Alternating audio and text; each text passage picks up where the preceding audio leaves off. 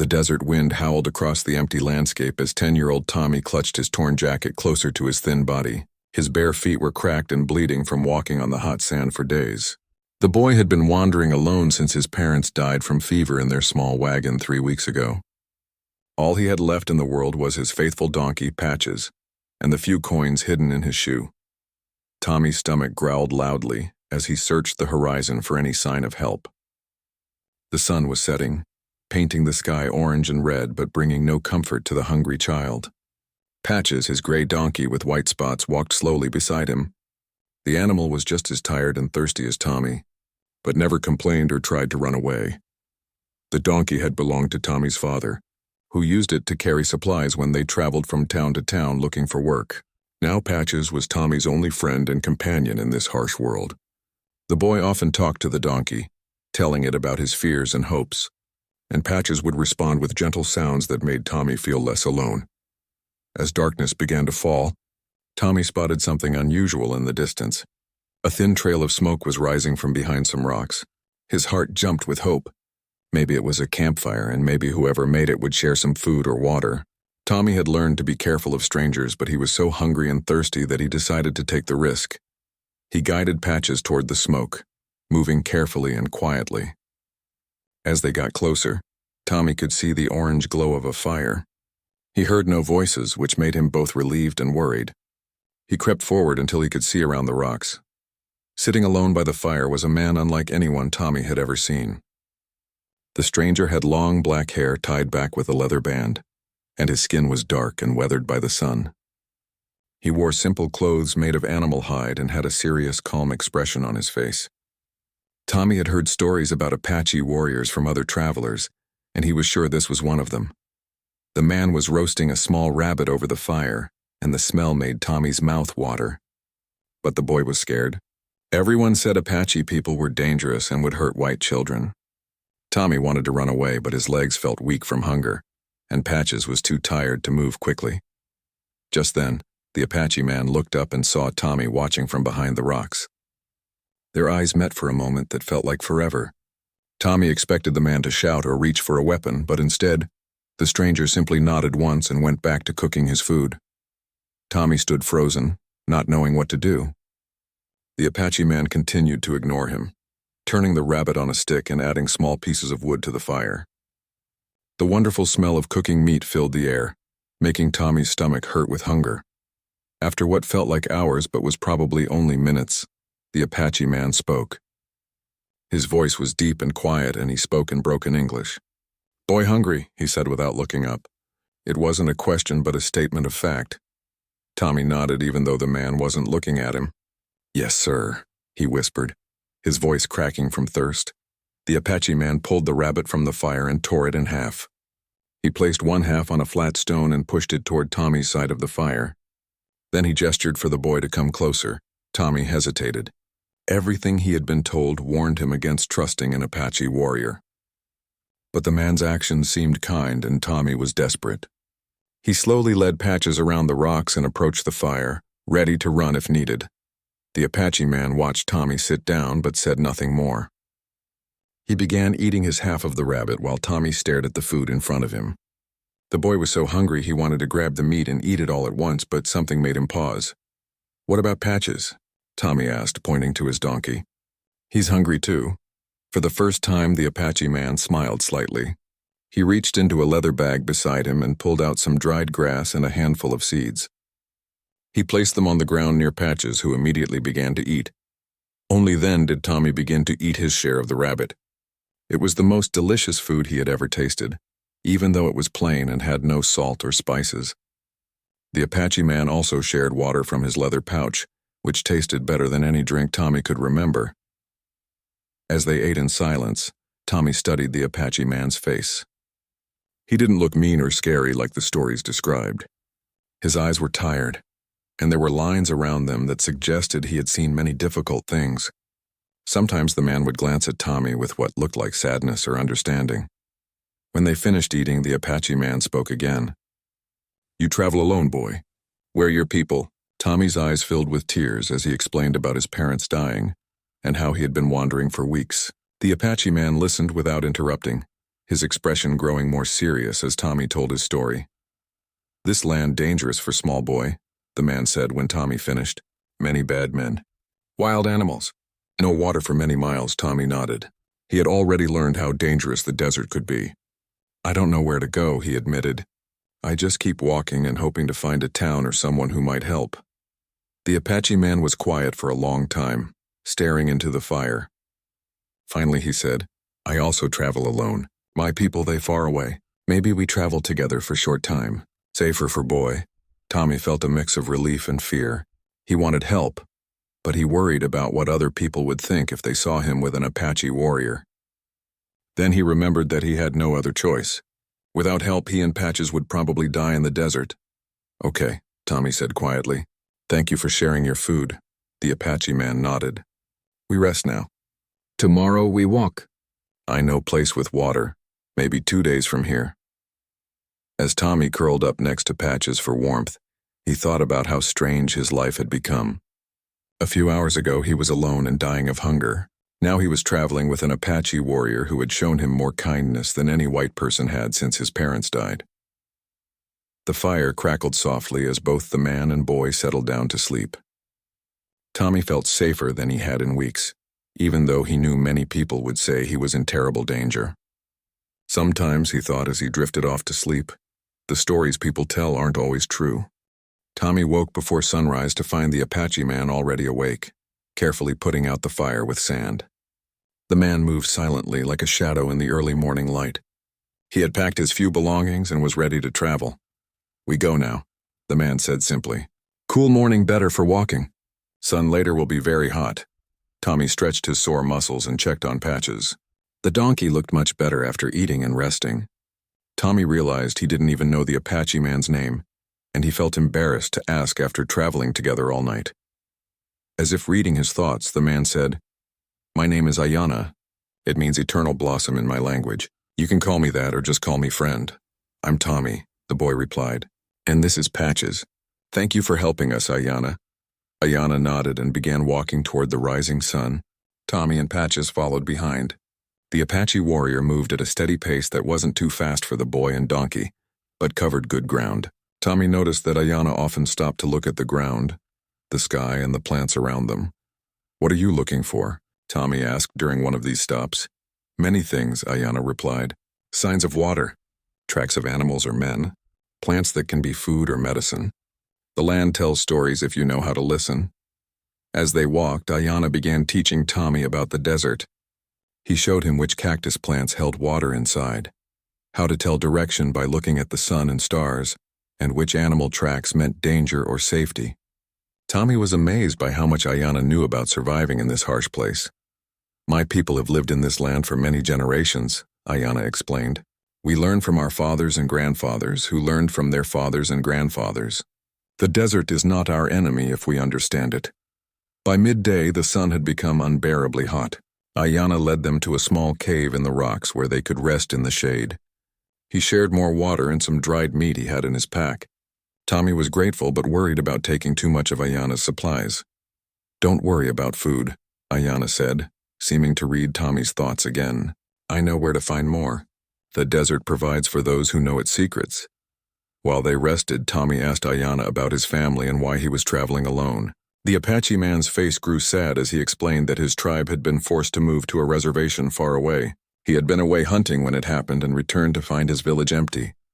"I search for my people," Ayana said, "but the reservation is many days' walk from here. I am not sure they are still there. Government men, they move Apache people like pieces on a game board." Tommy felt sad for Ayana. Even though their situations were different, both of them had lost their families and were wandering alone. Maybe that's why Ayana had been kind to him. He understood what it felt like to be lost and alone. As the afternoon cooled, they continued walking. Ayana taught Tommy how to walk quietly and how to spot good places to camp for the night. The boy was learning so much that he almost forgot how dangerous their situation was. Just before sunset, they reached the water source Ayana had mentioned. It was a small spring hidden among tall rocks with clear, cold water bubbling up from underground. Tommy and Patches drank deeply while Ayana filled his water containers. "This place is sacred to my people," Ayana said as they made camp nearby. We believe the spirits bring water here to help travelers. That night, as they sat by another small fire, Ayana told Tommy stories about his people and their beliefs. He talked about how all living things were connected and how the earth was like a mother that took care of her children. Tommy had never heard ideas like this before, and they made him think about the world in a new way. Your people and my people, they fight sometimes, Ayana said carefully. But you and me, we are just two people trying to survive. Fighting serves no purpose here, Tommy nodded. He had heard terrible stories about wars between white settlers and Apache tribes, but sitting here with Ayana, those stories seemed far away and unimportant. What mattered was that they were helping each other. The next morning brought an unexpected problem. As they prepared to leave the spring, they heard voices in the distance. Ayana's expression immediately became alert and cautious. He motioned for Tommy to be very quiet and hide behind the rocks with Patches. 3 rough-looking white men appeared near the spring. They were dirty and unshaven, with guns on their hips and mean expressions on their faces. Tommy could tell they were not the kind of people who would help a lost child. Water here's good, one of them said loudly. We can rest the horses and fill our canteens. Keep your eyes open, another replied. Heard tell there's been Apache activity in this area. Don't want no surprises, the third man spat on the ground. Any Apache we see, we shoot first and ask questions later. Government's paying good money for Apache scalps. Tommy felt sick hearing this. These men would kill Ayana just for being Apache, even though he had done nothing wrong.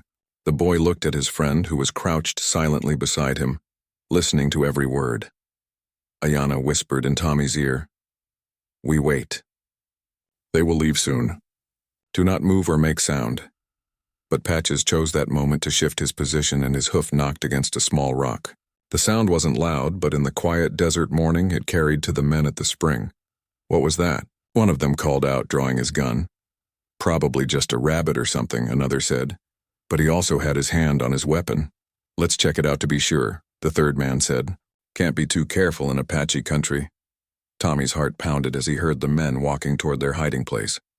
In a few moments they would be discovered, and he was sure the men would hurt Ayana. The boy felt terrible that his donkey might have put his friend in danger. Ayana remained perfectly calm, but Tommy could see him preparing to fight if necessary. The Apache warrior had a knife in his belt, but the 3 men had guns. Tommy knew his friend wouldn't have a chance against them. The footsteps grew closer. Tommy could hear the men breathing and talking quietly to each other as they searched. In just a few more seconds, they would find the hiding place. Tommy made a decision that surprised even himself. Before Ayana could stop him, the boy stood up and walked out from behind the rocks, leading Patches with him. Hello, misters, Tommy called out in his most innocent voice. I'm sure glad to see some people. I've been lost for days. The 3 men stopped and stared at the dirty, thin boy with the donkey. They put their guns away, looking confused and relieved. Well, Albie, one of them said. What's a kid doing out here all alone? Tommy launched into a story about how he had gotten separated from a wagon train and had been wandering by himself. He made no mention of Ayana, who remained hidden in the rocks. The men seemed to believe his story and even offered to share some food with him. As Tommy distracted the men with his tale, Ayana remained perfectly still in his hiding place. The boy kept talking, asking the men questions about where they were going and how far it was to the nearest town. He was trying to keep their attention away from the rocks where his friend was hiding. After about an hour, the men finished filling their water containers and preparing to leave. They offered to take Tommy with them, but he politely refused, saying he wanted to wait at the spring in case the wagon train came back looking for him. Suit yourself, kid, one of them said, but don't wait too long. This country ain't safe for a boy alone. After the men rode away, Tommy waited a long time before calling to Ayana. When the Apache warrior finally emerged from his hiding place, he looked at Tommy with something like amazement. You saved my life, Ayana said simply. Those men would have killed me.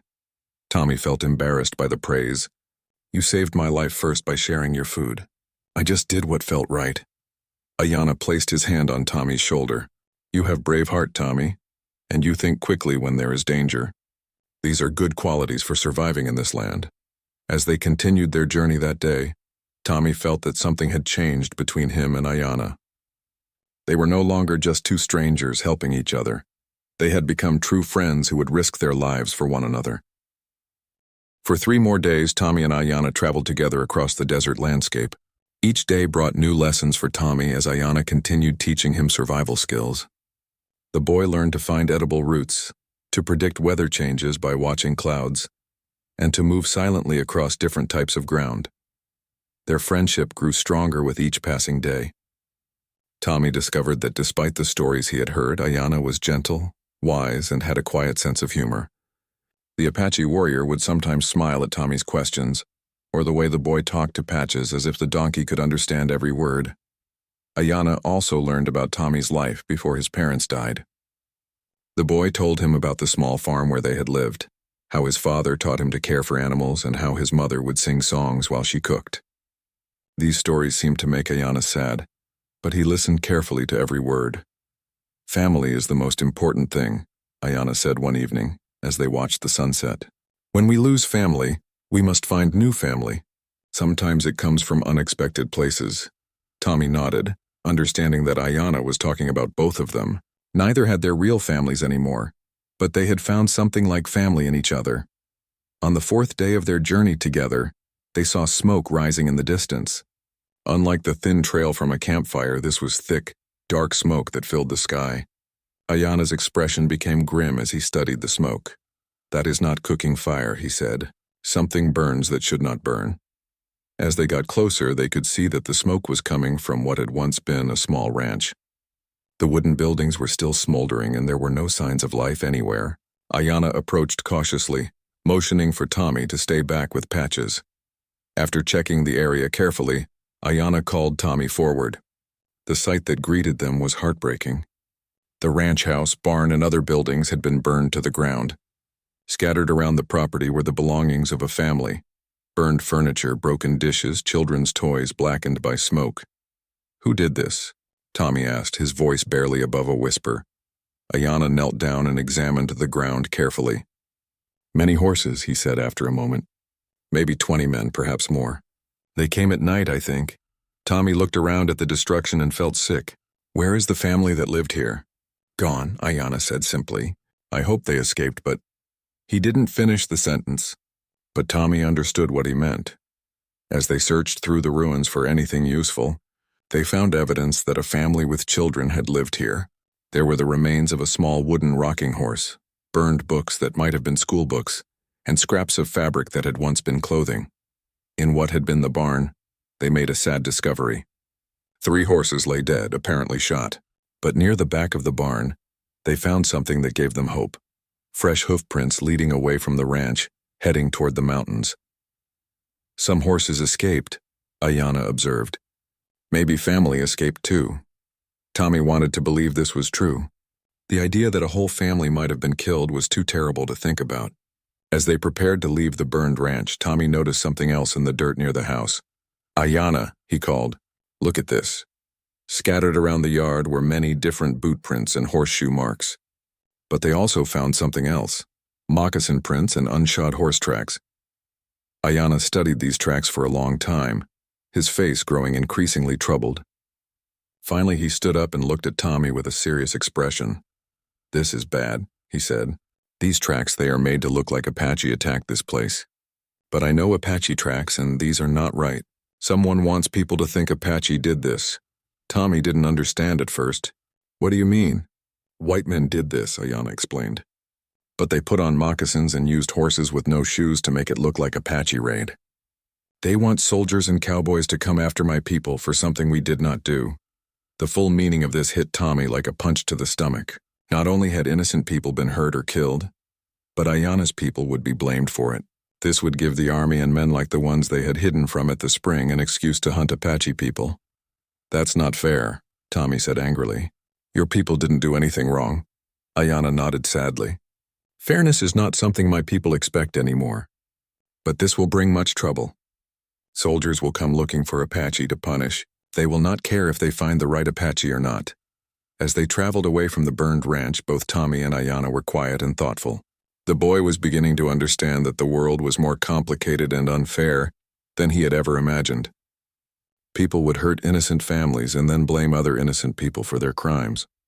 That evening, they made camp in a hidden canyon where Ayanna said they would be safe from anyone passing by. As they shared their simple meal, Tommy asked Ayanna what he planned to do now. "I must warn my people if I can find them," Ayanna said. "When soldiers come looking for Apache, all Apache are in danger. Old people, women, children. It does not matter to angry white men." Tommy felt a knot forming in his stomach. "Does that mean we have to separate soon?" Ayanna was quiet for a long moment. "Yes," he said finally. "It is not safe for you to travel with Apache now. If soldiers find us together, they might think you are Apache prisoner or that I have hurt you somehow." The thought of separating from Ayanna filled Tommy with fear and sadness. Over the past few days, the Apache warrior had become like a father to him. Ayanna had taught him, protected him, and shown him kindness when no one else would. "Where will I go?" Tommy asked, trying not to cry. "There's a town called Cedar Springs, maybe 2 days' walk from here," Ayanna said. "Good people live there. They will help you find a family to live with." Tommy nodded, but his heart felt heavy. He understood that Ayanna was right. It wouldn't be safe for them to travel together anymore. But that didn't make the thought of saying goodbye any easier. "I have something for you," Ayanna said, reaching into his pack. He pulled out a small leather pouch tied with a cord. "This is medicine bag. My grandmother made it for me when I was boy like you. It will bring you protection and good fortune." Tommy took the bag carefully. It was made of soft deer hide and decorated with small beads in blue and white patterns. "I can't take this," he said. "It belongs to your family." "You are family now," Ayanna replied simply. "Besides, where I'm going, I may not need protection anymore. Better that it helps you live good life." That night, Tommy lay awake for a long time, holding the medicine bag and thinking about everything that had happened. A week ago, he had been dying alone in the desert. Now he had learned so much about survival, about friendship, and about the unfairness of the world. Most importantly, he had learned that people were not always what others said they were. Ayanna had been called a savage and a killer by white people, but he was the kindest, wisest person Tommy had ever met. The white men at the ranch who had made it look like an Apache attack were the real savages. Tommy was beginning to understand that judging people by their race or the stories others told about them was wrong. As he finally drifted off to sleep, Tommy made a promise to himself.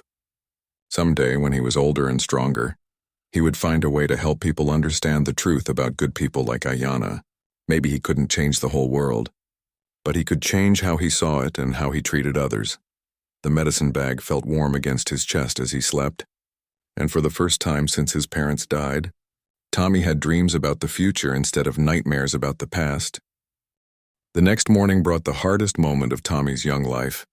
After sharing breakfast and packing their few belongings, it was time for him and Ayanna to go their separate ways. The Apache warrior had drawn a simple map in the dirt, showing Tommy the path to Cedar Springs. "Follow the creek bed for half a day," Ayanna explained, pointing to the winding line he had drawn. "Then you will see a tall rock that looks like a sleeping bear. Turn toward the morning sun from there and walk until you see the town." Tommy memorized every detail of the map, but his heart wasn't really focused on directions. He was trying not to cry as he realized this might be the last time he would ever see his friend. "What if the people in town don't believe my story?" Tommy asked. "What if they won't help me?" Ayanna placed his hands on Tommy's shoulders and looked directly into his eyes. "You have survived in the desert for many days. You have shown courage when there was danger. You have learned to think clearly when others might panic. The people of Cedar Springs will see these things in you, and they will know you are worth helping." Tommy nodded, trying to feel as confident as Ayanna sounded. The Apache warrior then knelt down and spoke to Patches, stroking the donkey's neck gently. "Take care of the boy," Ayanna said to the animal. "He is young, but he has an old soul and a brave heart. Help him find his way to safety." Patches seemed to understand, nuzzling Ayanna's hand with his soft nose. Tommy was amazed at how the donkey responded to Ayanna. It was as if all animals knew they could trust him. "Before we say goodbye," Ayanna said, standing up, "I want to give you one more gift." He reached into his pack and pulled out a small bow made of flexible wood, along with a quiver containing 6 arrows. "This is too much," Tommy protested. "You might need these to hunt for food." "I can make new bow and arrows," Ayanna replied. "But you may need these for protection. The bow is small, made for teaching Apache children to hunt. It will be right size for you." Ayanna quickly showed Tommy how to hold the bow properly and how to aim and release an arrow. The boy was surprised at how natural it felt in his hands, almost as if he had been meant to use it. "Practice when you are safe," Ayana advised. Start with targets that do not move, like trees or rocks. When you can hit what you aim at, you will have skill to protect yourself or hunt small game if needed. Tommy carefully put the bow across his shoulder and the quiver of arrows on his belt, along with the medicine bag around his neck. These gifts made him feel more prepared for whatever lay ahead. Finally, there was nothing left to do but say goodbye. Both Tommy and Ayana stood looking at each other, neither wanting to be the first to walk away. Will I ever see you again? Tommy asked, his voice small and sad. Ayana was quiet for a moment, looking toward the mountains where he would search for his people. The world is large and full of surprises, he said finally. I cannot promise we will meet again, but I can promise that you will always carry part of our friendship with you. And I will carry part of yours with me. Tommy threw his arms around Ayana in a fierce hug. The Apache warrior hugged him back, and for a moment, Tommy felt safe and loved like he had when his parents were alive. Thank you for saving my life, Tommy whispered. Thank you for saving mine, Ayana replied. And thank you for showing me that friendship can grow between any two people when they see each other's true hearts. Finally, they separated. Ayana gathered his pack and began walking toward the distant mountains. Tommy stood with Patches, watching his friend grow smaller and smaller until he disappeared among the rocks and desert plants. Only then did Tommy begin his own journey toward Cedar Springs.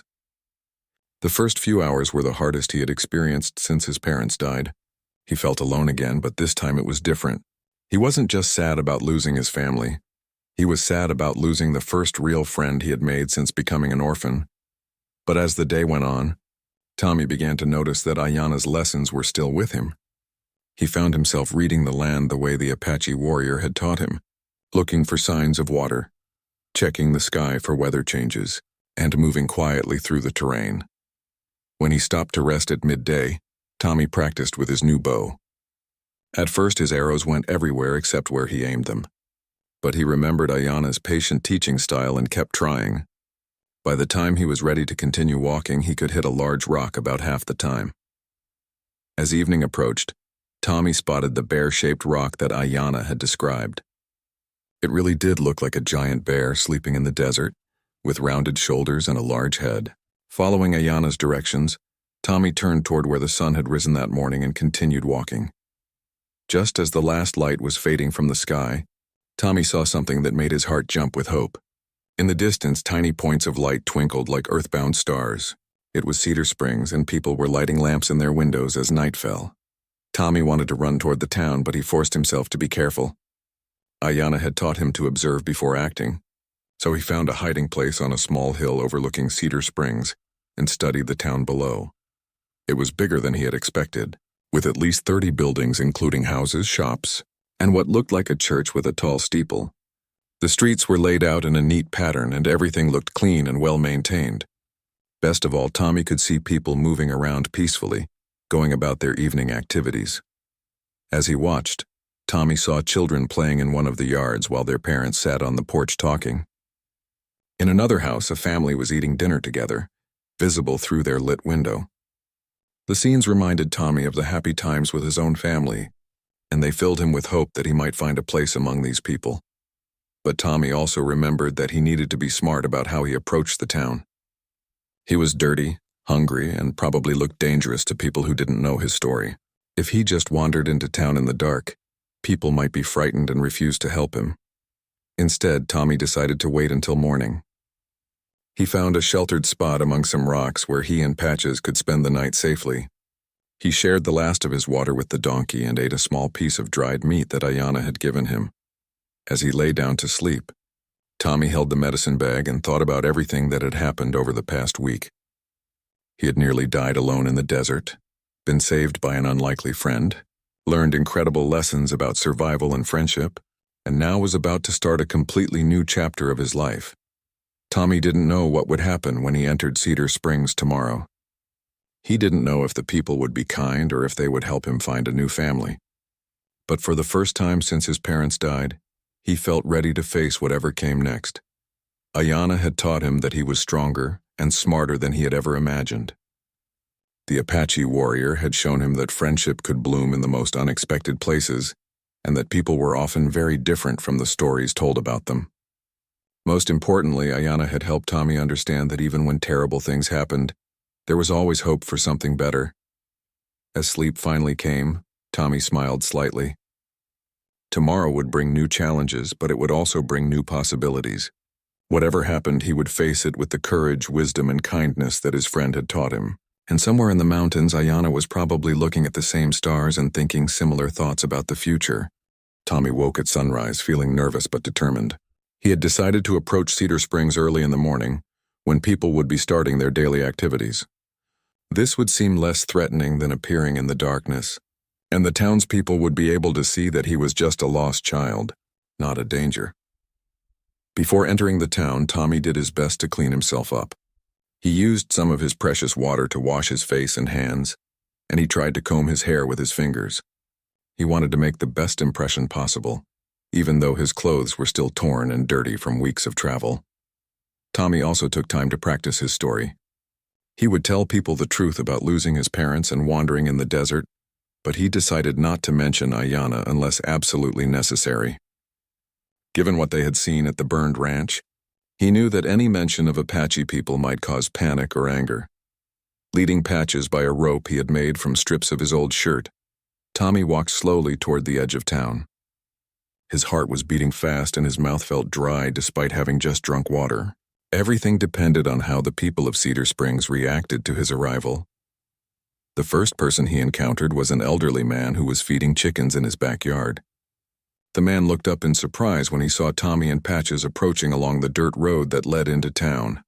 "Well, I'll be," the old man said, setting down his bucket of chicken feed. "Where did you come from, young fellow?" Tommy took a deep breath and began telling his carefully prepared story.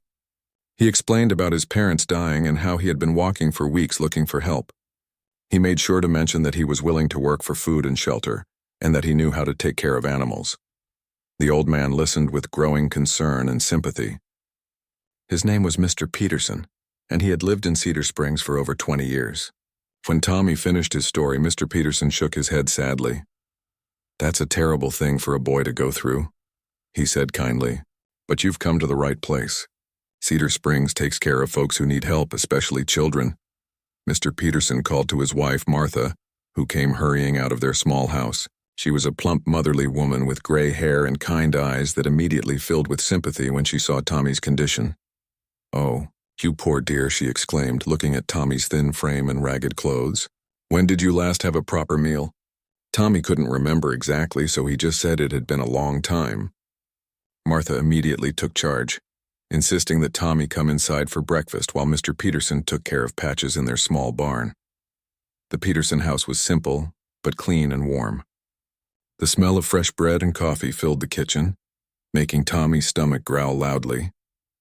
Martha sat him down at a wooden table and began piling food in front of him: scrambled eggs, thick slices of bacon, fresh bread with butter, and a tall glass of cold milk. Tommy tried to eat slowly and politely, but he was so hungry that he finished everything in minutes.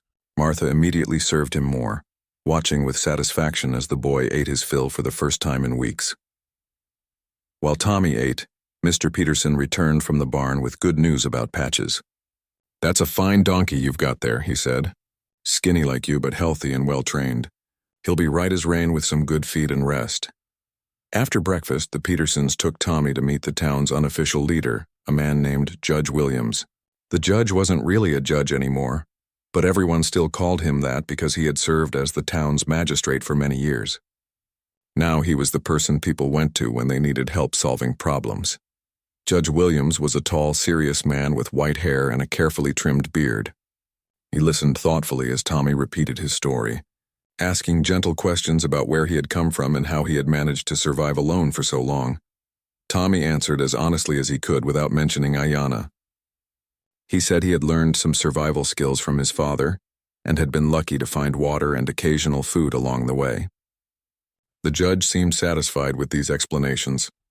"The question now," Judge Williams said, "is what to do with you, son. Cedar Springs doesn't have an orphanage, but we do have several families who might be willing to take in a boy like you." Over the next few days, Tommy stayed with the Petersons while various families in town came to meet him. Each family was considering whether they might adopt him or at least provide him with a temporary home. The first family to visit was the Johnsons, who owned the general store. They had 3 children of their own and seemed to think Tommy might be a good addition to their family. Mrs. Johnson asked him many questions about his education and whether he could read and write.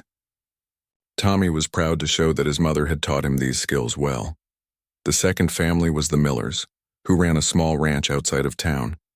They were looking for someone to help with their cattle and horses, and they seemed impressed when Tommy demonstrated his knowledge of animal care. Mr. Miller was particularly interested when he saw how well Tommy got along with Patches. The third family was the Harrises, an older couple whose own children had grown up and moved away. They seemed lonely and were looking for someone to bring some life back to their quiet house. Mrs. Harris reminded Tommy a little of his own mother, and he felt comfortable talking with her. Each family was kind in their own way, but Tommy felt overwhelmed by having to choose. It was strange to think that his entire future might depend on which family he picked. He also worried about what would happen to Patches, since not all of the families had room for a donkey. On his third night in Cedar Springs, Tommy sat on the Petersons' porch thinking about his options. The medicine bag that Ayanna had given him hung around his neck, hidden under his shirt. Sometimes he touched it when he felt confused or scared, and it reminded him of his friend's wisdom. As he sat there, Tommy heard the sound of horses approaching town. This wasn't unusual. Travelers passed through Cedar Springs regularly, but something about these horses sounded different.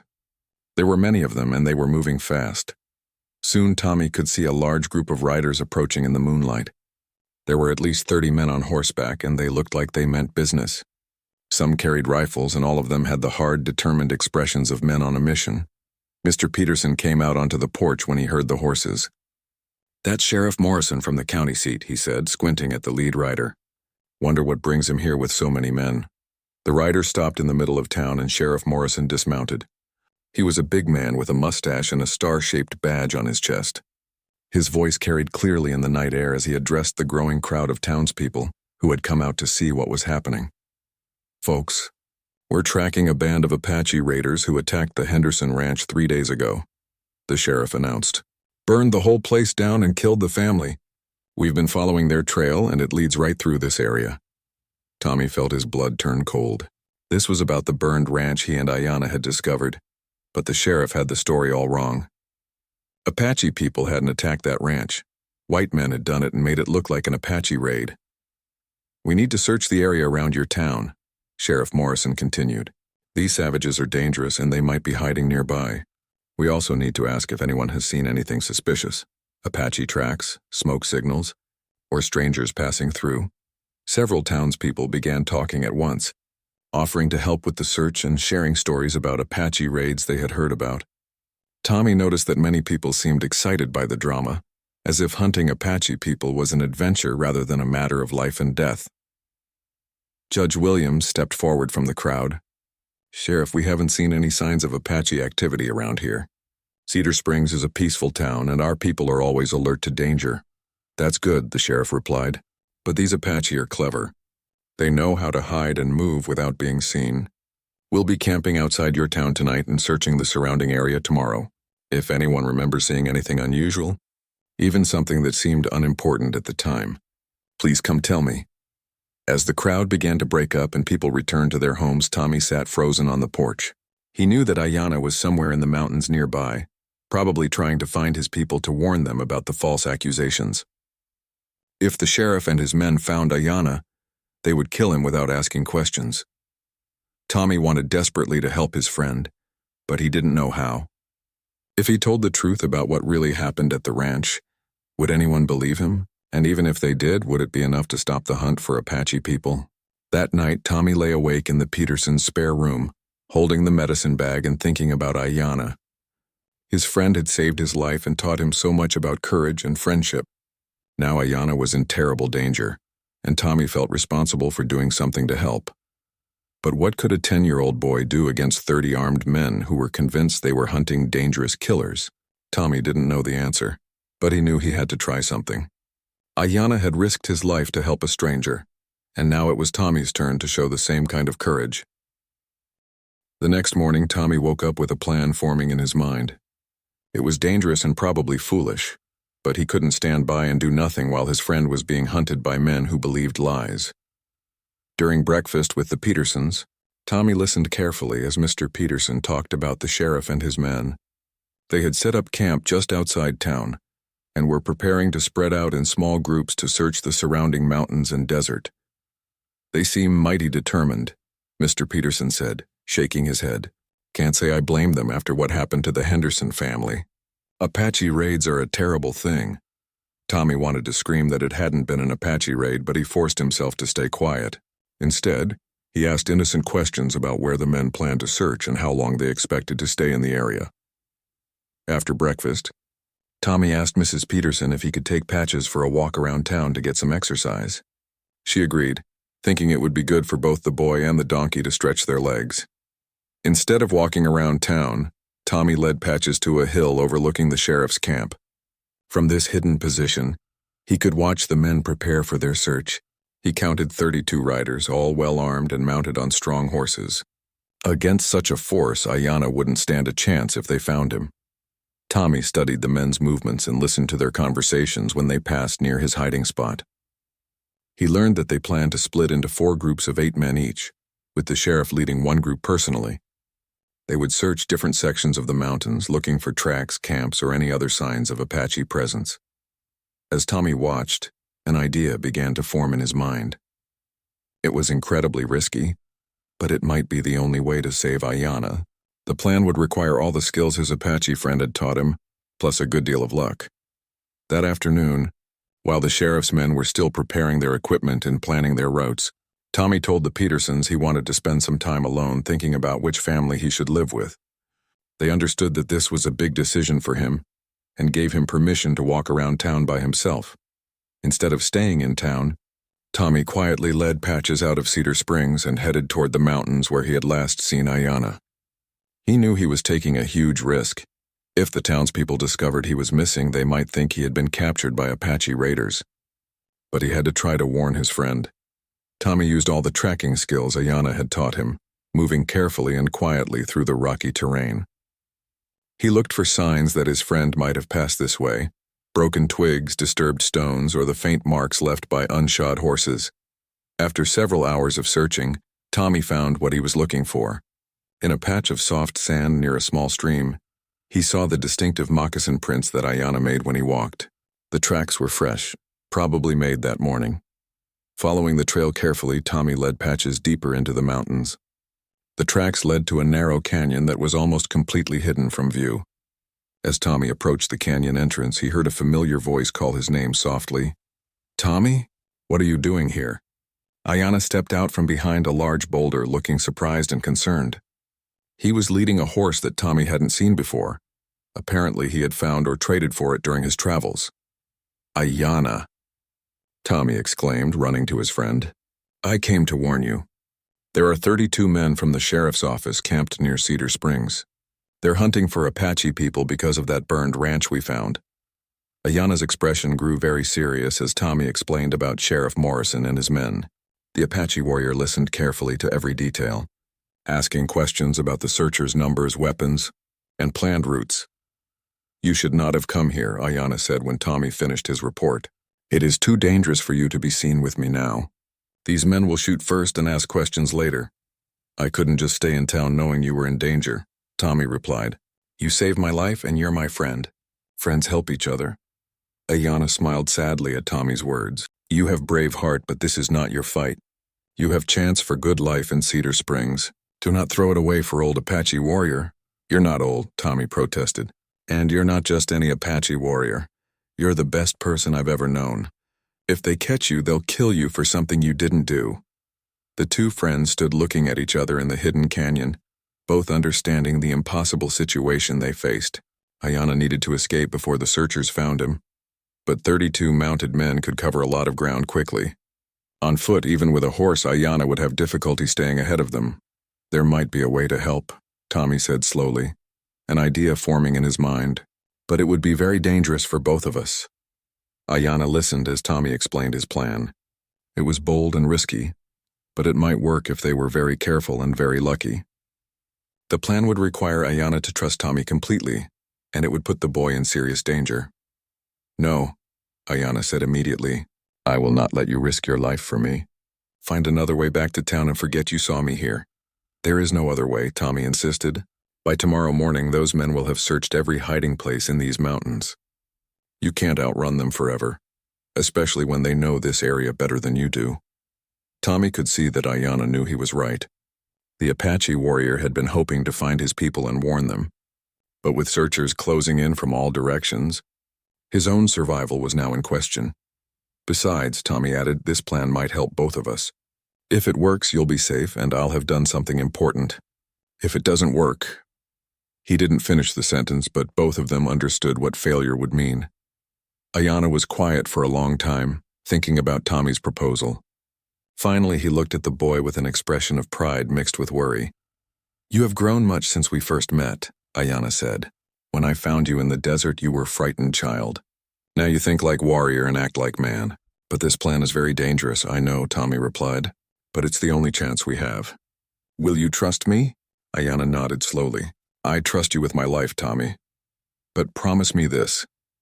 If the plan goes wrong, you will save yourself and not try to help me. Your life is more important than mine. Tommy wanted to argue, but he could see that Ayanna wouldn't agree to the plan unless he made this promise.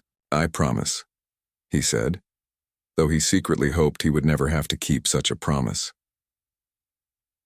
As the sun began to set, Tommy and Ayanna prepared to put their desperate plan into action. Everything would depend on timing, luck, and the skills that Ayanna had taught Tommy during their week together. If they succeeded, Ayanna would escape, and Tommy would return to his new life in Cedar Springs. If they failed, both of them might pay with their lives. But as Tommy looked at his friend's determined face, he felt confident that they had to try. Some things were worth risking everything for, and friendship was one of them. Tomorrow would bring either triumph or disaster, but tonight they were together, and they had a plan that just might work. Tommy's plan was simple but dangerous. He would return to Cedar Springs that evening and tell the townspeople that he had been exploring and had seen Apache tracks leading toward the east, away from where Ayanna was actually hiding. This would send the searchers in the wrong direction, giving Ayanna time to escape toward the west. The risky part was that Tommy would have to lead some of the searchers to the false trail himself, proving that he knew where he had seen the tracks. If anyone discovered that he was lying, or if they found evidence that contradicted his story, both he and Ayanna would be in terrible danger. As night fell, Tommy said goodbye to Ayanna once again. This time, both of them hoped it wouldn't be forever, but they knew there was a good chance they might never see each other again. Remember everything I taught you, Ayanna said as they embraced. But most important, remember that you have good heart and strong spirit. These will carry you through any trouble. Tommy rode Patches back toward Cedar Springs, his mind rehearsing the story he would tell. He had to make it believable enough to convince experienced trackers, but not so detailed that someone might ask questions he couldn't answer. When Tommy reached the edge of town, he was surprised to find that people were already looking for him. Mrs. Peterson was standing in the street talking anxiously with Judge Williams and several other townspeople. "Tommy," she exclaimed when she saw him approaching. "We were so worried." "Where have you been?" Tommy launched into his carefully prepared story. He said he had been exploring the hills east of town with Patches when he found some unusual tracks that looked different from horse or cattle prints. Not knowing what they were, he had followed them for a while before getting scared and coming back to town. Judge Williams listened carefully to Tommy's description of the tracks. "Can you show us exactly where you saw them?" he asked. Tommy nodded, though his heart was beating fast. "Yes, sir. They were in a rocky area about 2 hours' ride from here. The tracks seemed to be heading toward the big mesa in the east. This was perfect for Tommy's plan, because the big mesa was in the opposite direction from where Ayanna was hiding. If the searchers went there, they would be far away from his friend by morning. Judge Williams immediately sent word to Sheriff Morrison's camp. Within an hour, the sheriff himself came to town to talk with Tommy. Morrison was a big, intimidating man, but he listened patiently as Tommy repeated his story. "You did right to come back and tell us about this, son," the sheriff said, "but I need you to understand how serious this is. If you really saw Apache tracks, it means those killers are still in the area. Are you absolutely certain about what you saw?" Tommy forced himself to look directly into the sheriff's eyes. Yes, sir. I know they weren't horse tracks or cattle tracks. They were different, and there were quite a few of them. The sheriff studied Tommy's face for a long moment as if trying to detect any sign of deception. Finally, he nodded. All right. I'll need you to guide us to the spot tomorrow morning. Can you do that? Tommy's stomach clenched with fear, but he nodded. Yes, sir. I can find it again. That night, Tommy barely slept. He knew that the next day would be the most dangerous of his life. He would have to lead a group of armed men to a place where he claimed to have seen Apache tracks, then somehow create false evidence that would convince them they were on the right trail. The only advantage Tommy had was that Ayanna had taught him how to read real Apache tracks. He knew what they should look like, how deep they should be, and what kind of spacing there should be between footprints. If he could create convincing fake tracks, the searchers might follow them away from Ayanna's real location. Early the next morning, Sheriff Morrison arrived in town with 8 of his men. They were all well armed and looked eager to begin the hunt. Tommy led them east from Cedar Springs, riding Patches while the men followed on their horses. After about 2 hours of travel, Tommy led them to a rocky area where the ground was mixed with patches of soft earth and hard stone. This was perfect for his plan because tracks would only show up clearly in certain spots. It was somewhere around here, Tommy told the sheriff, dismounting from Patches and walking around as if trying to remember exactly where he had seen the tracks. While the men spread out to search, Tommy quietly used a stick to create marks in a patch of soft dirt that looked like moccasin prints. He made them the right size and depth based on what he had learned from watching Ayanna walk. Over here, Tommy called out, pointing to his fake tracks. These are what I saw yesterday. Sheriff Morrison and his men gathered around to examine the marks. Tommy held his breath as the sheriff knelt down and studied them carefully. These are Apache tracks, all right, Morrison said grimly. Fresh ones, too. Looks like at least 4 or 5 warriors passed through here. One of the other men found some broken twigs that Tommy had snapped while creating his false trail. Trail leads east toward the mesa, just like the boy said, the man reported. Tommy felt a mixture of relief and guilt as the searchers became convinced that they were on the right track. His deception was working, but it felt wrong to lie to people who were trying to help him. For the rest of the day, Tommy led the searchers on a wild chase across the eastern hills. Whenever they seemed to be losing the trail, he would discover new signs that kept them moving in the right direction. He used every tracking skill Ayanna had taught him, but in reverse, creating false evidence instead of reading real signs. By evening, the searchers were tired and frustrated. They had followed the fake trail for miles without finding any sign of an Apache camp or any fresh tracks. Sheriff Morrison was beginning to wonder if they were chasing ghosts. Maybe they moved on. One of the men suggested. Could be they're already 50 miles from here by now. Maybe, the sheriff agreed reluctantly. We'll search this area for one more day, then head back. If these Apache have moved on, there's no point in chasing them across half the territory. Tommy felt enormous relief when he heard this. His plan was working perfectly. By tomorrow evening, the searchers would give up and leave the area. Ayanna would have had 2 full days to escape to safety. That night, as they camped under the stars, Tommy lay awake thinking about his friend. Somewhere far to the west, Ayanna was probably putting as much distance as possible between himself and the searchers. With luck, he would find his people and warn them about the false accusations. The next day brought one last test of Tommy's deception. The searchers made one final attempt to pick up the trail, but Tommy made sure they found nothing new. By afternoon, Sheriff Morrison was ready to admit defeat. Well, son, the sheriff said to Tommy as they prepared to return to Cedar Springs. Looks like those Apache moved on before we could catch up to them. You did good work spotting their tracks, though. If more folks were as alert as you, we'd have a better chance of catching these raiders. Tommy nodded and tried to look disappointed that they hadn't found the Apache people. Inside, he was celebrating. His plan had worked perfectly, and Ayanna was safe. When they returned to Cedar Springs that evening, Tommy was treated like a hero.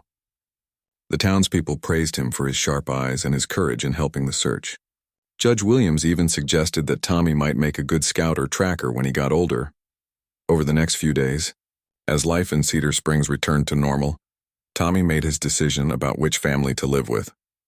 He chose the Millers, the ranching family, because they had room for Patches and because working with animals reminded him of the skills Ayanna had taught him. The Miller family welcomed Tommy warmly, and he quickly settled into his new life. He worked hard caring for their cattle and horses, and he continued practicing with the bow and arrows Ayanna had given him. Mrs. Miller was kind and motherly, while Mr. Miller treated him like the son he had never had. Sometimes, when Tommy was out on the range caring for the cattle, he would touch the medicine bag that hung around his neck and think about his friend. He wondered if Ayanna had found his people, and whether they were all safe from the false accusations. Tommy never told anyone in Cedar Springs about his friendship with Ayanna. He knew that most people wouldn't understand how an Apache warrior could be kind and wise and honorable, but Tommy carried the lessons Ayanna had taught him, about courage, survival, friendship, and seeing beyond the surface of things to find the truth. Years later, when Tommy had grown into a man, he would sometimes tell the story of how he had been saved by an Apache warrior in the desert. Most people didn't believe him, but a few did, and those few began to understand that the world was more complicated than the simple stories they had been told. Tommy never saw Ayanna again, but he never forgot him either. The medicine bag remained around his neck for the rest of his life, a reminder of the friendship that had bloomed in the desert between two people who had every reason to fear each other, but instead chose to trust and care for one another. And sometimes, on clear desert nights when the stars were bright, Tommy would look toward the mountains and hope that somewhere out there, his friend was safe and happy, surrounded by his people and at peace.